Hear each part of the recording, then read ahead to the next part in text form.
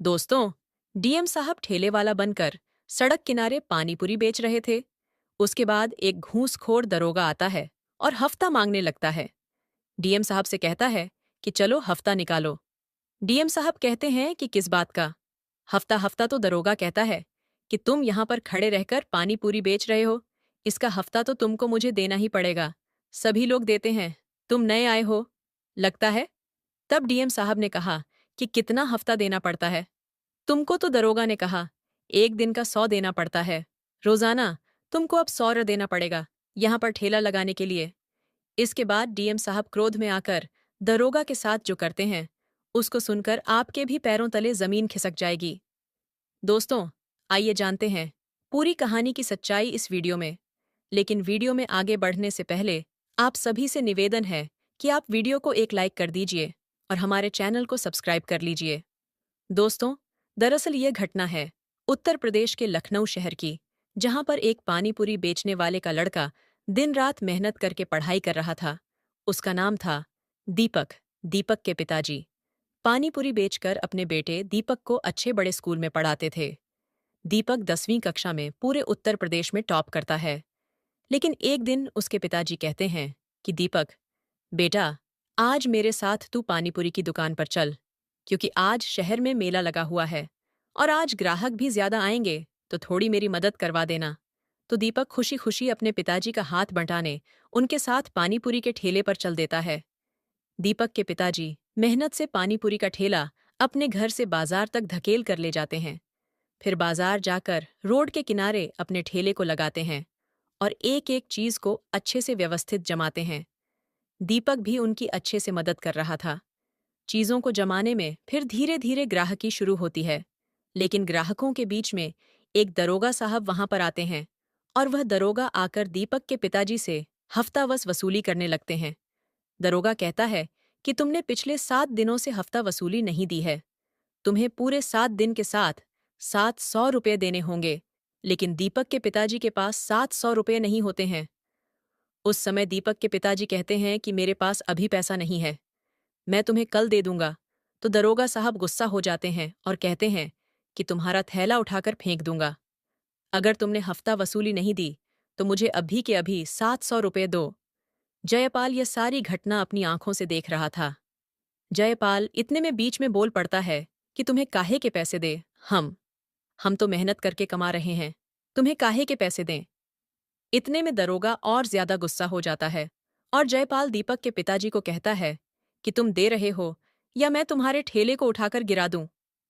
दीपक के पिताजी दरोगा के पैर पकड़ने लग गए और गिड़गिड़ा कर कहने लग गए कि मेरे पास अभी पैसे नहीं हैं, मैं तुम्हें कल कैसे भी करके पैसे दे दूंगा। लेकिन दरोगा मानता कहाँ है। दरोगा और ज्यादा गुस्सा हो जाता है और वह पानीपुरी के ठेले को उठाकर फेंक देता है। सारा सामान इधर उधर बिखर जाता है। सड़क पर सारा सामान अस्त व्यस्त हो जाता है। यह देखकर दीपक के पिताजी फूट फूट कर रोने लगते हैं और दीपक यह देखकर बहुत ज्यादा दुखी हो जाता है। और इसके बाद एक दिल दहला देने वाला हादसा होता है। अपमान के बाद जब दीपक के पिताजी घर जाते और चुपचाप रात में सो जाते हैं, जब अगली सुबह दीपक की मां अपने पति को उठाती है तो वह उठते नहीं है। तब दीपक वहां आता है। वह भी कोशिश करता है लेकिन वह नहीं उठते। तब दीपक एक डॉक्टर को दौड़ा दौड़ा जाकर बुलाकर आता है। डॉक्टर चेक करते और बताते हैं कि यह अब नहीं बचे, इनकी मृत्यु हो चुकी है, शायद इनको हार्ट अटैक आया होगा। ये सुन दीपक और उसकी मां पर दुखों का पहाड़ टूट जाता है। तब मन ही मन दीपक उस समय एक प्रतिज्ञा ले लेता है और ये बात ठान लेता है कि एक दिन वह भी बड़ा होकर एक बहुत बड़ा अफसर बनेगा और ये सारी हफ्ता वसूली बंद करवाएगा और अपने भी पिताजी की मौत का बदला लेगा। उसने उसके पिताजी का अपमान अपनी आंखों से देखा था। यह सारी घटना वह भूल नहीं पा रहा था। उसने अपने पिताजी को अपनी आंखों के सामने किसी के पांव पकड़ते हुए देखा था, किसी के सामने गिड़गिड़ा देखा, उनकी आंखों से आंसू निकलते हुए देखा था। ये सारी घटनाएं उसकी आंखों में खटक रही थीं। अब उसने अपने मन में ही ठान लिया था। तब उसे पता चला कि जिले में अगर कोई सबसे ऊंचा पद होता है तो वह होता है डीएम का। डीएम के अंडर में सभी दरोगा आते हैं और सभी निचले पद के पुलिस वाले आते हैं। डीएम को एक अच्छा बड़ा बंगला मिलता है, रहने के लिए नौकर चाकर मिलते हैं। डीएम के पास पावर होती है कि वह किस दरोगा के साथ क्या करें। और जब यह सब कुछ जान लेता है तो दीपक मन में ठान लेता है कि अब वह डीएम ही बनेगा। इसके बाद वह और जानकारी हासिल करता है और तब उसे पता चलता है कि डीएम बनने के लिए यूपीएसएससी की परीक्षा देना पड़ती है, जो बहुत ज्यादा कठिन होती है। लेकिन दीपक के मन में दृढ़ निश्चय था और उसे अपने पिताजी के अपमान का बदला भी लेना था। इसके बाद दीपक की मां ने दीपक को पढ़ाई के लिए अपनी जमीन के टुकड़े टुकड़े को बेच दिया और कहा, अब तू पढ़ाई कर और अपने पिता का सपना पूरा कर। उसके बाद दीपक 12वीं में और ज्यादा नंबर लाकर पूरे उत्तर प्रदेश में वापस से टॉप करता है और अपनी कॉलेज की पढ़ाई के साथ साथ वह यूपीएसएससी की भी तैयारी करने लगता है। इधर जैसे ही उसका कॉलेज कंप्लीट होता है, उसके बाद वह अपनी आगे की पढ़ाई पूरी करने के लिए दिल्ली के मुखर्जी नगर जाता है, जहां पर वह यूपीएसएससी की तैयारी में जुट जाता है। उसका दृढ़ निश्चय इतना मजबूत था, उसके पिताजी के संघर्ष, उसके पिताजी के बलिदान, दीपक को सब कुछ याद थे। दीपक आज भी इतने साल हो गए थे, फिर भी वह घटना भूल नहीं पा रहा था। उसके मन में एक दृढ़ निश्चय था, जिसके बलबूते वह एक एक करके अपनी तैयारियां पूरी कर रहा था। इसके बाद उसका पहला इम्तिहान आता है और वह यूपीएसएससी के पहले इम्तिहान में काफी अच्छे नंबर लाकर सिलेक्ट हो जाता है। इसके बाद और ज्यादा पढ़ाई करता है और अपने दूसरे इम्तिहान में भी काफी अच्छे नंबर से वह पास होता है। धीरे धीरे समय आगे बढ़ता है और वह तीसरी परीक्षा में भी काफी अच्छे नंबर लाकर टॉप करता है। और इसके बाद उसका आखिरी इम्तिहान होता है और वह डीएम बनने के बस केवल एक ही कदम से दूर रहता है। दोस्तों, आपको लग रहा होगा कि यह घटना कोई काल्पनिक होगी, लेकिन दोस्तों, इसके बारे में सारे प्रमाण भी हम आपको देने वाले हैं। इसकी सारी जानकारी हम आपको देंगे। यह घटना बिल्कुल सत्य घटना है। दोस्तों, ये घटना सुनकर आप भी हैरान रह जाएंगे। दोस्तों, कैसे एक गरीब घर का बेटा अपने पिता की बदनामी के बदले के लिए इतिहास रच देता है। आप सभी के सामने सारे प्रमाण दिए जाएंगे। दोस्तों, अगर आपको यह घटना पसंद आ रही है, तो दोस्तों वीडियो को लाइक जरूर करें। यह कहानी दोस्तों काफी लोगों को प्रेरित करने वाली है। आज भी हमारे देश में दोस्तों कई सारे मध्यम वर्गीय और गरीब परिवार के बच्चे बड़े होकर कुछ बनना चाहते हैं। कोई आईपीएस बनना चाहता है, कोई आईएएस बनना चाहता है, कोई वकील बनना चाहता है, कोई इंजीनियर बनना चाहता है, लेकिन उनके पास पर्याप्त साधन नहीं हो पाते, पर्याप्त उनको जानकारी नहीं मिल पाती, जिसके अभाव से वह अपने जीवन में कुछ हासिल नहीं कर पाते हैं। दोस्तों दोस्तों आज कई सारे छात्रों को तो यह भी नहीं पता है कि डीएम बनने के लिए क्या करना पड़ता है, एएसपी बनने के लिए क्या करना पड़ता है। कई लोग 12वीं तक ऐसे ही पढ़ते रहते हैं और जब उनको कॉलेज में जाना होता है तो उनको पता ही नहीं होता है कि मैं आगे करूं तो क्या करूं, कौन सा विषय चुनूं जिससे मैं इंजीनियर बनूं, कौन सा विषय चुनूं जिससे मैं वकील बनूं, कौन सा विषय चुनूं जिससे मैं पुलिस की नौकरी कर सकूं। उनको जानकारी नहीं होती, लेकिन उनके अंदर काबिलियत पूरी होती है। तो दोस्तों, आगे की घटना के बारे में मैं जानकारी देता हूं। इसके बाद उसका इंटरव्यू होता है। जी हाँ, दीपक का इंटरव्यू होता है और जो कि बहुत ही अच्छा जाता है।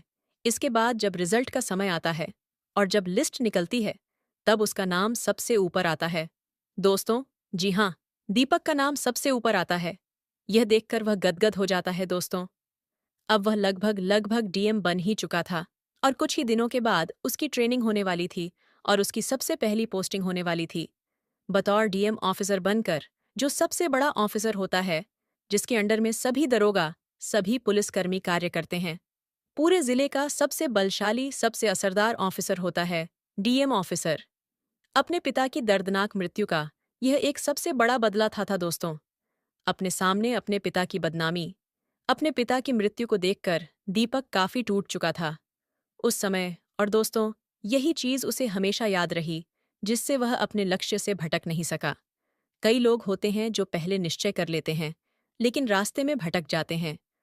कुछ लोग पढ़ाई के लिए जाते तो हैं, लेकिन कोई लड़की के पीछे भटक जाता है, कोई प्यार के पीछे भटक जाता है, कोई गंदी आदतों के पीछे भटक जाता है, कोई नशे में भटक जाता है। दोस्तों का करना तो सब चाहते हैं, जरूरत सबकी होती है, निश्चय सभी करते हैं, लेकिन वह लक्ष्य हासिल करना आसान नहीं होता है। उस लक्ष्य को हासिल करने के लिए अपने मन पर भी काबू रखना पड़ता है। अपने मन को केंद्रित करना पड़ता है, जो दीपक ने बखूबी किया, और किस्मत से उसकी सबसे पहली पोस्टिंग भी लखनऊ में हुई। जी हाँ, उसी लखनऊ में जहां पर उसके पिताजी को बदनाम किया गया था। भरे बाजार में उसके पिताजी ने जिस दरोगा के तलवे चाट, उसी लखनऊ में उसकी बतौर डीएम ऑफिसर पोस्टिंग हुई। दीपक की माँ अपने बेटे को डीएम बनकर देखते हुए बहुत खुश थी, क्योंकि दीपक के पिताजी जाते जाते अपने बेटे से कह गए थे कि बेटा, अपने जीवन में इतना बड़ा व्यक्ति बन जाना, इतना बड़ा अधिकारी बन जाना कि एक दिन तू इस दरोगा के सारे घमंड को चकनाचूर कर सके। और आज वह दिन आ चुका था। लखनऊ में दीपक की डीएम के पद पर पोस्टिंग होती है, जहां पर उसको सभी चीज बता दी जाती है। दीपक डीएम बनते ही अपने कार्यभार को संभालता है। अब सबसे पहले डीएम बनकर वह अपना एक काम करने जाता है, और वह सभी दुकानदारों, ठेले वालों के पास जा जाकर उनसे बात करता है। उनसे उनके हाल पूछता है कि क्या आज भी वह हफ्ता वसूली दे रहे हैं। किसी को तब जानकारी मिलती है कि आज भी वही दरोगा जो 6 साल पहले यहाँ पर वसूली कर रहा था, आज भी वही दरोगा वसूली कर रहा है। रोजाना 100 रुपया हफ्ता वसूली के देना पड़ता है। दरोगा सप्ताह में एक बार आता है, पूरे सप्ताह के 700 रुपये एक दुकान से लेकर जाता है। यह सुन डीएम साहब के अंदर बदले की भावना और ज्यादा खतरनाक रूप से जाग जाती है। इसके बाद डीएम साहब मन ही मन ठान लेते हैं कि अब दरोगा को रंगे हाथों पकड़ना है और उसका ऐसा हिसाब बराबर करना है जो वह और उसके जैसे कई सारे घूसखोर दरोगा हमेशा याद रखें। इसके बाद दीपक एक योजना बनाता है, और उस योजना में डीएम दीपक अपना भेष बदलकर एक पानीपुरी का ठेला लगाकर वहीं रोड पर पहुंचते हैं, जहां पर करीब 6 सालों के पहले दीपक की आंखों के सामने उसके पिताजी का अपमान किया गया था, और उस अपमान के चलते उनको हार्ट अटैक से अपनी जान गंवानी पड़ी। वहीं पर दीपक एक ठेला लगाकर पानीपुरी बेचने जाते हैं, और आज दरोगा साहब हफ्ता वसूली के लिए भी आने वाले थे, क्योंकि आज रविवार का दिन था और दरोगा रविवार के दिन ही हफ्ता वसूली करता था। कुछ देर डीएम साहब पानीपुरी बना बनाकर ग्राहकों को खिला रहे थे। इसके बाद वहां पर वही दरोगा जो 6 साल पहले हफ्ता वसूली के लिए दीपक के पिताजी के पास आया था, वही दरोगा आज दीपक के सामने वापस आकर खड़ा हुआ। दरोगा ने कहा, लाओ हफ्ता दे दो। तब डीएम दीपक ने कहा, किस बात का हफ्ता? तब दरोगा कहता है कि तुम यहां पर खड़े रहकर पानीपुरी का ठेला लगा रहे हो, रोजाना की हजारों रुपए में कमाई कर रहे हो, उसका हफ्ता तो तुमको देना पड़ेगा। तब दीपक कहता है, नहीं दूंगा, जो करना है कर लो। तब दरोगा कहता है, मैं तुम्हारा ठेला उठाकर फेंक दूंगा। अगर तुमने हफ्ता नहीं दिया तो तुम अनोखे हो, क्या यहां पर सभी हफ्ता देते हैं? तब दीपक कहता है, नहीं दूंगा, अगर फेंकना है तो फेंक कर दिखाओ, मैं भी देखता हूं तुम क्या करते हो। तब दरोगा को और ज्यादा गुस्सा आ जाता है। इतने में दरोगा पानीपुरी का ठेला पकड़कर उसे उल्टा करने ही वाला होता है कि दीपक दरोगा को एक जोरदार थप्पड़ जड़ देता है, और डीएम दीपक के सहयोगी दरोगा को पकड़ लेते हैं। उसके बाद डीएम दीपक अपने असली भेष में आते हैं और कहते हैं कि मुझे पहचाना। तब दरोगा समझ जाता है कि यह तो डीएम साहब है। बद दरोगा गिड़गिड़ा कर कहता है कि मुझे माफ कर दो डीएम साहब, मैं आपको समझ नहीं पाया, मुझे माफ कर दो, आज के बाद मैं ऐसा काम नहीं करूंगा। उसके बाद डीएम दीपक कहता है कि क्या तुम मुझे पहचानते हो? आज से 6 साल पहले इसी जगह पर तुमने मेरे पिताजी का ठेला गिराया था, उनको भरे बाजार में अपमानित किया था। तब दरोगा को वह घटना याद आ जाती है। दरोगा डीएम साहब के पैरों में गिड़गिड़ा कर माफी मांगने लगता है। तब दीपक को वह सारा सीन याद आता है, 6 साल पहले का, जब उसके पिताजी गिड़गिड़ाकर दरोगा के पैरों में रो रहे थे। तब वह अपने पिताजी को याद करता है और उनसे मन ही मन कहता है कि पिताजी, आज आपका बदला पूरा हुआ। उसके बाद दरोगा को पूरे बाजार में घुमाया जाता है। दरोगा के मुंह पर कालिख पोती जाती है और पूरे बाजार में दरोगा का जुलूस निकाला जाता है। डीएम साहब आदेश देते हैं कि पूरे बाजार में इस दरोगा का जुलूस निकाला जाए, और आज से कोई भी किसी भी दुकान वाले से वसूली नहीं करेगा। इस घटना के बाद डीएम दीपक सभी के दिलों पर राज करने लगे। जो ठेलेवा वाले सालों से हफ्ता वसूली दे रहे थे, उनकी हफ्ता वसूली अब बंद हो चुकी थी। सभी की दुआएं डीएम दीपक को मिल रही थीं। दोस्तों, इस घटना से आपको क्या सीख मिलती है? किस तरह से एक गरीब परिवार के लड़के ने अपने पिता का बदला लेने के लिए डीएम की तैयारी करी, यूपीएससी में टॉप किया और अपने पिता का बदला लिया। आप क्या कहना चाहते हो डीएम साहब? दीपक के बारे में आप क्या कहना चाहते हो? उस घूसखोर दरोगा के बारे में? आपकी जो भी राय कमेंट बॉक्स में लिख सकते हो, लोगों के साथ शेयर कर सकते हो। वीडियो अगर अच्छी लगी तो वीडियो को लाइक और चैनल को सब्सक्राइब ज़रूर करें, ताकि हमें हौसला मिले। और भी ऐसे अच्छे अच्छे वीडियो बनाने के लिए इन कहानियों को सुनाने का उद्देश्य किसी को परेशान करना बिल्कुल भी नहीं है। यह कहानी आपको इसलिए सुनाई जाती है ताकि आप लोग इन कहानियों में से कुछ ना कुछ सीख सको और अपने जीवन में उस चीज़ को अप्लाई कर सको। मिलते हैं किसी अगली वीडियो में नए टॉपिक के साथ। तब तक के लिए आप सभी का बहुत बहुत शुक्रिया।